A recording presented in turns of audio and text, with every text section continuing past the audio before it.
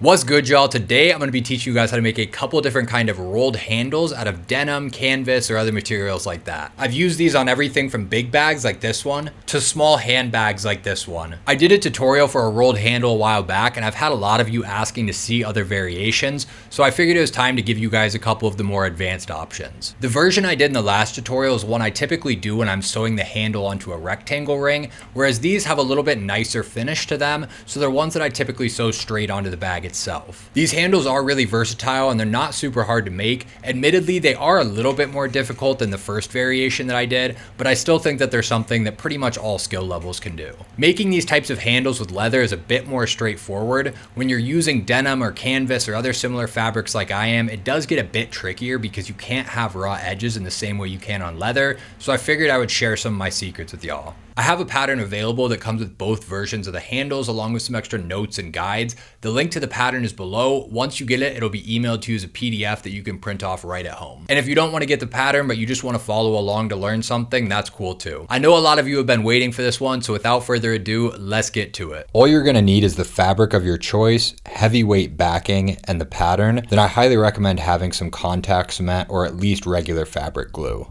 I'm using denim. It's up to you what you use, but I would recommend a heavier non-stretch fabric. For the backing, I'm using Decovil Heavy, but any backing that's thick and has some stiffness to it but is still moldable will work. Then specifically for V1, you'll need either some leather cording or rope. I prefer leather, but rope is a bit more accessible. It needs to be 3/8 of an inch thick, and you'll likely need at least 14 inches of it, but this depends on how long you decide to make your handle. And for both versions, but especially V1, having a clamp like this will be helpful when doing the folding and pressing. Lastly, it's by no means required, but if you want to add some extra durability, you can add some interfacing too. An industrial machine will definitely make things easier, but a domestic machine would work just fine too, and you can always hand stitch as needed. However, for V1, you will need a presser foot that can get right up next to the cording if you want to be able to machine stitch. I'm going to start by printing out the pattern on 8.5 by 11 inch paper, then you'll want to measure this test square to make sure it printed properly. You can cut out all your pieces now. Take your time and make sure you get clean cuts. Then you'll use the numbers in the triangles to match the pieces up and tape them together to create the full pieces. Throughout the remainder of the video, you'll hear me reference the kink line or pinch point, which is this line on both sides. That's where it goes from curve to straight and where the pinch will stop on both ends of the handle. All right, let's get into it. I'm going to do V1 first, which is the one with rounded ends. First thing first, I'll mark the pattern out on the heavyweight backing and cut that piece out. And I'll mark it out on the back side of the fabric as well, but don't cut the fabric yet. I'm also going to add a bit of interfacing just on the ends, but like I said before, this part isn't required. Then I'll use contact cement to bond the backing to the fabric. Make sure those pieces are joined together well. Now you'll mark 1/4 inch from the edge all the way around the backing and cut the fabric out using the line you just marked. We're going to start getting things folded up now, so you can get some glue on the edges all the way around, and then on all 4 of the kink lines you'll cut a slit that stops just before the backing, as well as little triangles around the curves on all 4 sides. All of this is going to help when we fold the edges in. Which, speaking of, we can do that now. I don't mark out where the edge is supposed to end up because you can feel the heavyweight backing as a guide, but the full 1/4 inch should be getting folded in. On the end of each side, you'll fold half of it in first, then get some more glue on there and do the other half, and once that's done, it should look something like this. We're ready to get the cord on, so I'll start by marking a 3/8 of an inch area centered all the way down. The cord is going to go from where the fabric is folded into on each side, so I'll get the cord cut to length. Then I'll add some glue to both the backing and the cord, and finally we can add the cord using the lines we marked out as a guide. You'll want to skive the ends of the cords to ensure it lays nice and flat, so just cut at an angle into the leather so it transitions smoothly, and if you're using rope you can do the same with a hot knife or even just taking a lighter to it and pressing the ends down. Now we'll get some glue on the entire back. Make sure to get the sides of the cord and everything. Then, starting at the kink on one side, fold the 2 edges together, pinching it to make sure it's nice and tight to the cord. And do this the whole way down until you get to the kink line on the other side. The clamp is nice for this part because it helps ensure the cord is in there as tight as possible.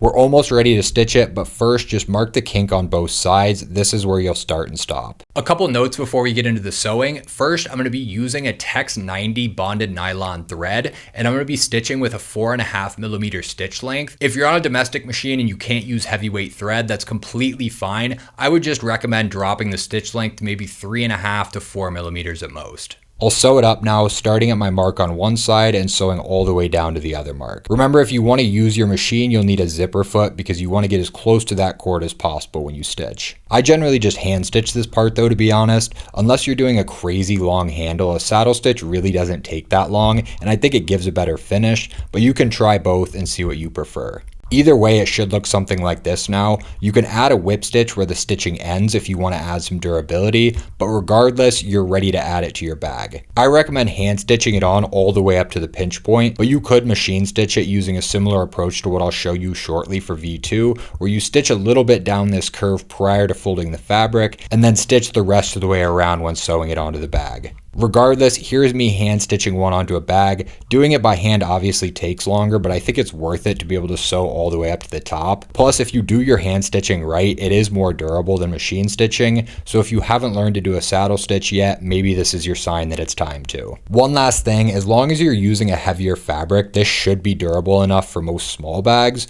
But if you're like me and want to make it stronger, or if you're doing a bigger bag that's going to hold a lot more weight, I'll show you a simple way to make it more durable. The pattern comes with this little piece that looks similar to the bottom of the handle, so you can cut out 2 more pieces of your base fabric using that pattern piece and fold the curved edges in 1/4 of an inch. You don't need to fold the top, and then you'll add this piece to the back. So just glue it in place, matching the edges of it to the edges of the handle. The top will go up just past the pinch point where the sewing stops, which is why the edges taper in as it gets closer to that point. This way, when it's sewn up, it kind of fades into the fabric nicely instead of being a harsh stopping point. On the same note, since it goes past the pinch point, you will need to add this piece prior to folding the handle in half edge to edge, or in my case, at least before you fold it all the way to the kink line. As you can see, once it's folded all the way down to the pinch point, the top of that little piece you just put in is hidden. But if you're going to do this, I would recommend hand stitching it because that pinch area is going to be a bit bulky. I personally recommend adding the backing piece no matter what, but it's up to you. You can test both and see what works best for you. Either way, that's all for V1, so we're going to move on to V2. For V2, you'll notice there's 2 pieces, one top piece and one bottom piece. This is because the pieces will be combined and then folded in half. The distance around the curve for the inner piece is shorter, so the bottom piece is just barely thinner than the top piece. That way when it's folded in half, the edges are equal. I'll start by marking one of each piece out of my fabric and then cutting them both out. On the pattern, the dashed lines are the fold lines. As you see, you'll fold the bottom edges 1/4 of an inch and everything else 1/2 inch. So on the wrong side of the fabric, I'll start by marking 1/2 inch from the bottom edges, then get some glue on there and fold both of the sides to their respective lines, which will give us our 1/4 inch fold. Then on the sides in the area with the kink, I'll mark both 1/2 inch and an inch from the edge, as well as marking down the middle the rest of the way. Now I'll spread some glue across the entire back and clip into our 1/2 inch marks on all 4 kink lines, which will allow those areas to spread and lay flat. So finally, I'll fold the first edges into the 1 inch line and fold the long edge into the middle. You'll repeat this process for both sides of the top and bottom pieces. Make sure everything is pressed down well, and then you should have 2 pieces that look something like this. As I mentioned before, the top and bottom pieces will be even up until that kink line, but then through the middle, the top piece will be slightly wider than the bottom piece. This part isn't required, but you'll notice this weird looking pattern piece, which you can use to cut out some backing. With the sides folded in, everything is 2 layers thick except for this little area in the middle. So I like to add a piece of backing in there just on the top piece, and this is going to help even out all of the bulk. So if you want to add that, go ahead and glue a piece of backing in place on the wrong side of the top piece. For the next few clips, you'll notice I only have half a handle. Some of my footage went missing, so I had to re-record it. Don't cut your handle in half right now, just follow along as if these are still full-length pieces. Moving on, you'll go ahead and get some glue on the back side of both pieces, then you can stick them together. Again, the edges will match perfectly at the bottom, but through the middle, the top piece will be slightly wider. A clamp can be nice to help compress these bulkier areas too. Now on the top side, you'll mark straight across at the kink line and make another mark 1 1/4 inch up. Everything above the top line will be sewn after we've folded the handle, and everything below will be sewn when you attach the handle to the bag. You're going to be stitching on the top half of the handle, so I like to start 1 stitch before the top line and then sew down to the bottom line 1/8 of an inch from the edge. You'll do this on both sides of each end for the top and bottom half. You can do a back stitch when you start and stop, or what I like to do is pull the threads through to the bottom and knot them. It should look something like this now with the stitching just between the two lines. Okay, back to the full size handle now. I'm gonna flip it over to the bottom side and mark the kink line on both sides.